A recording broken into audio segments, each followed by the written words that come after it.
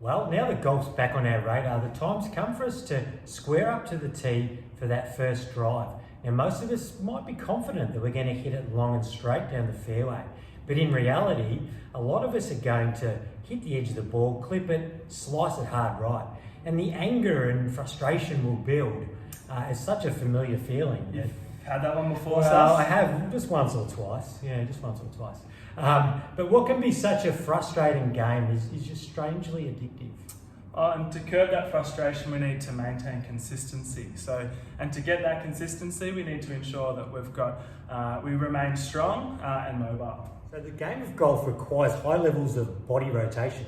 So the areas in the body that rotation occurs, the first point is the shoulders.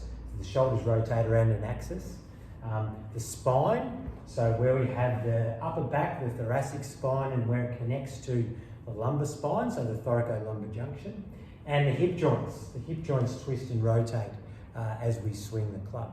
So what we'll do now is we'll take you through some exercises, a little routine that you can do to maximise your rotation and hopefully take your golf game to the next level. So here we've got Braden doing the bow and arrow exercise. He's getting some nice rotation through that trunk. He's strengthening the back of his shoulder at the same time, and he's in a nice golf stance to start with.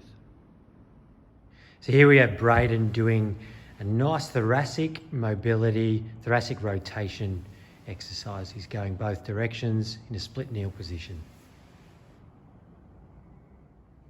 So here we have Braden doing 4-point kneel with a dumbbell in his hand, doing a reach through and bringing his shoulder up into a horizontal extension, strengthening the back of his shoulder. All right, so here we have Braden doing the banded golfer.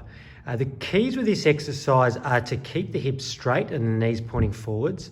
And we're going to keep the elbows straight at the same time, so all the rotation load goes through the trunk. You should feel like the obliques or those side abdominal muscles are working really hard.